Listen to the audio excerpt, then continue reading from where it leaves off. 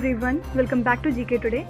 I'm Nuzhat Sana and in this video I'll discuss today's top current and static general studies questions for UPSC Prelims Examination 2022 onwards. And these questions are framed keeping in view both the factual as well as analytical aspects of UPSC Prelims exam. Also, I would like to inform you that these questions are part of GK Today's UPSC Prelims test series, which is available in GK Today Android app. And the test series for 2022 Prelims examination comprises total of 7500 questions, divided 2500 questions on current general studies and 5000 questions on static general studies.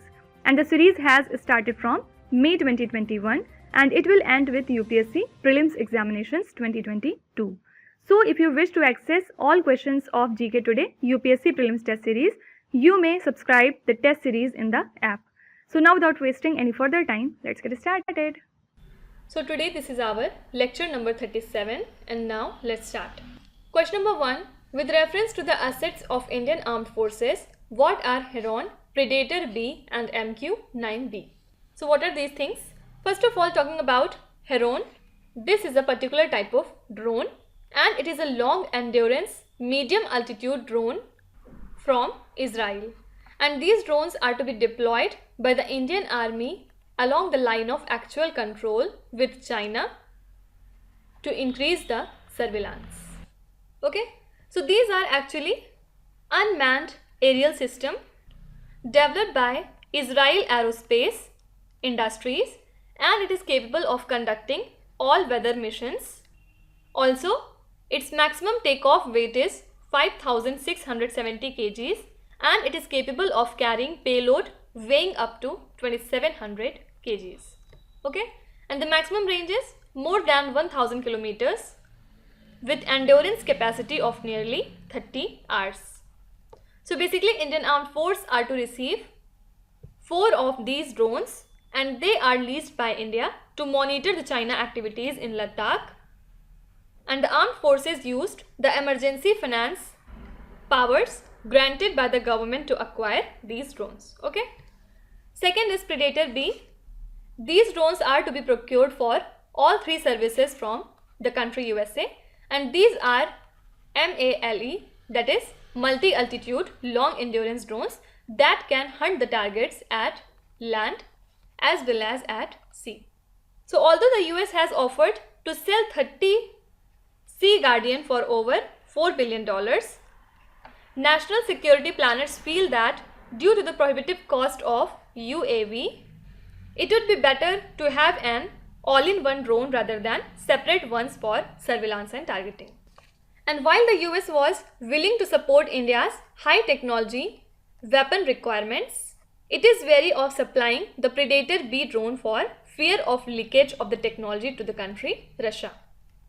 So actually, since Washington is unhappy with India purchasing the S-400 missile system from Russia, as it fears that the surface-to-air missile system may acquire the signatures of US aerial platforms with India and convey them to Moscow.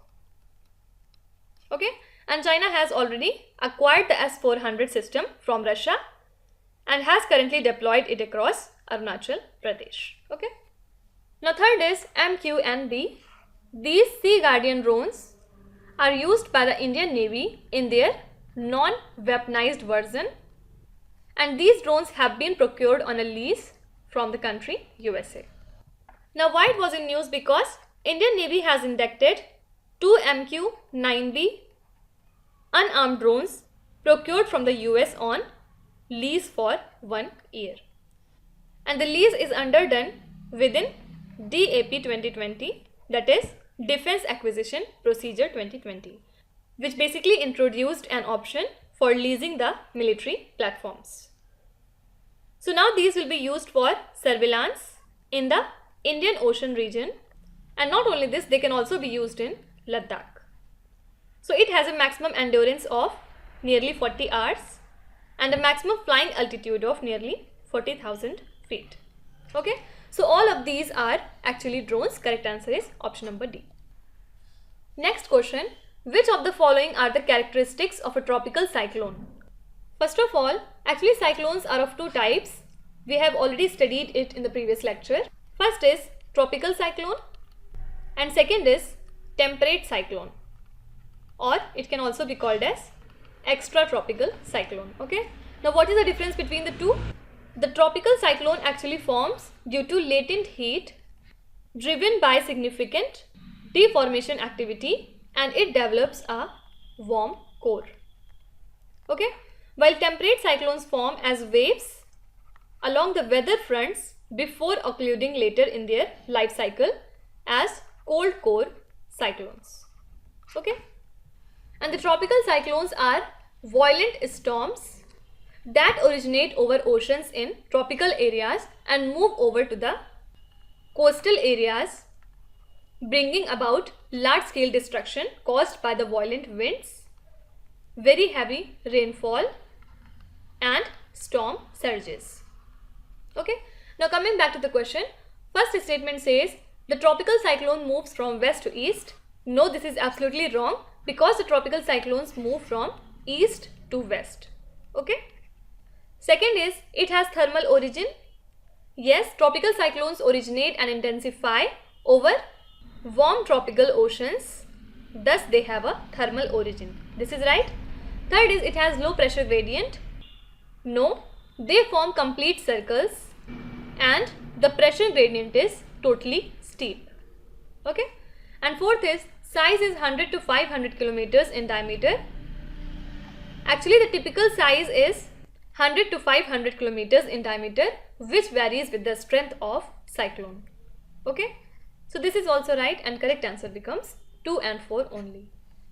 So in short form we can say the tropical cyclones develop in the region between the tropics of Capricorn and Tropic of Cancer, and they are large scale weather systems developing over tropical or subtropical waters, where they get organized into surface wind circulation. Okay.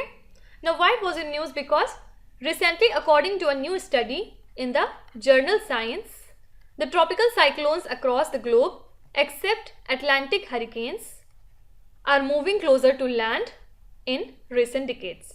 Also called typhoons, tropical cyclones generally have been moving westward by about 18 miles per decade, putting them closer to land and making them more dangerous. Okay. Next question, which of the following statements refer to the keystone species? First of all, what are keystone species? These are species whose addition to or loss from an ecosystem leads to major changes in abundance or occurrence of at least one other species. Okay.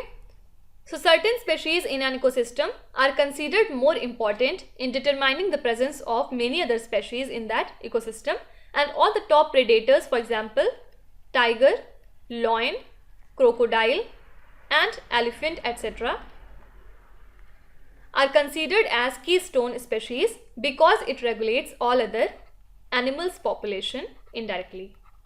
Hence top predators are given much consideration in conservation. Okay. So keystone species deserve special attention from the conservation point of view, and the conservation of keystone species encourages the conservation of all other relevant species associated with this. Okay.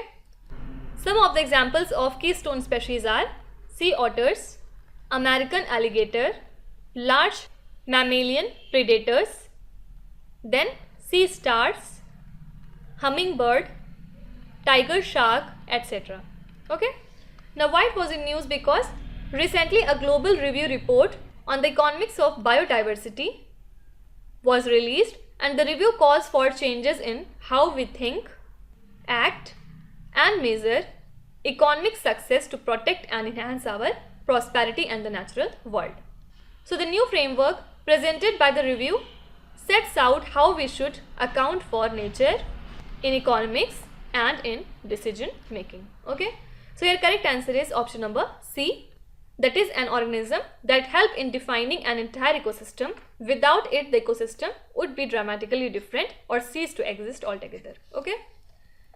Next question. Consider the following regarding National Board for Wildlife. First of all, this board is the apex body in India. for all wildlife related matters, and it is primarily responsible for the promotion of wildlife conservation and development of wildlife and forest. Okay, so basically it is a statutory body constituted under section 5A of Wildlife Protection Act of 1972, and the Prime Minister of India is the ex officio chairperson of the National Board for Wildlife. So basically it is an advisory board and it advises the central government on policy matters concerned with wildlife conservation in the country. So it comprises of total 47 members including chairperson, and Minister of Environment, Forest and Climate Change is the vice chairperson of this board. Okay. Now talking about some of the functions of this board. First of all, it promotes and seeks to develop wildlife and its conservation. Secondly, it advises the government on matters relating to wildlife conservation as well as its preservation. Then it gives or reserve clearances to the projects in and around national parks and other protected areas. And lastly, no alteration of boundaries of the protected areas is possible without the NBWL's approval. Fine. So these are some of the functions. Now let's see the options. It is chaired by the Minister of Environment, Forest and Climate Change. No, this is wrong, because the Prime Minister of India is the ex officio chairperson of this board, while Minister of Environment is vice chairperson. Okay, so this is wrong. Second is no alteration of boundaries of the national park is possible without its approval. This is right, I have told you here. So correct answer becomes only 2. Now coming to last question. With reference to Buddhism, which of the following is our correct observations? First statement is both Jataks and Milind Panho comprise stories of previous birth of Buddha. First of all, talking about Jataks, yes, it comprises the stories of previous birth of Buddha in the form of poems. Okay. Second is Milind Panho. It contains the dialogue between Buddhist monk Nagasena and Indo-Greek king Menander. So this book does not tell about the previous births of Buddha. So this statement is wrong. Second statement is both Sutta Vibhanga and Kathavattu are the books of Vinay Pitak. First of all, talking about Vinay Pitak, also known as Book of Discipline, it deals with the monastic rules for monks and nuns, and it is further divided into 3 books. First is Sutta Vibhanga, second is Parivara, and third is Khandaka. Okay, so Kathavattu is not there, hence it is also wrong, and correct answer becomes neither 1 nor 2. Now talking about some more important books related to Buddhism, there is Abhidhamma Pitak. It comprises the philosophy and doctrine of Buddhism, and it is divided into 7 books total. Important thing is this Kathavattu is one of the 7 parts of Abhidhamma Pitak, not Vinay Pitak. Okay. Now why we have taken this question, why Buddhism was in news? Because excavations at the site of ancient Buddhist university in Bihar's Telhara will resume after 6 years with Archaeological Survey of India giving the go ahead for it. Okay. Now talking about Buddhism, the main teachings of Buddhism are included in the basic concept of 4 noble truths or 8-fold path. Okay. The 4 noble truth is, first of all, suffering is the essence of world. Secondly, every suffering has a cause. Then third is, suffering could be extinguished. And the last is, it can be achieved by following 8-fold path. And what are these 8-fold path? Right view, right intention, right speech, right action, then right livelihood, right effort, right concentration, and right mindfulness. Now as we know that 4 councils were held related to Buddhism, let's talk about it, and I'm making some space here. First Buddhist council was held in 483 BC, and who conducted it?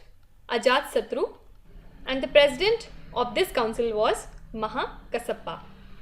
Then Second council was held in 383 BC.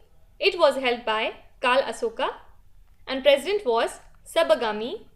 Then third was held in 250 BC and it was held by Ashoka the Great and president was his little brother Tissa. Then last council was held in 72 AD and it was held by Kanishka and president was Vasumitra. An important thing is only fourth council was held in AD, rest other were held in BC. Okay, that's it for today. I hope you have liked the session. If you want to give any review, feedback or suggestion regarding these lectures, you can tell us in the comment section. Definitely we'll try to implement that. And now we'll meet again tomorrow with 5 more new and interesting questions. Till then, stay tuned. Thank you so much for watching and please do not forget to subscribe to GK Today. With this, me Nuzhat Sana signing off.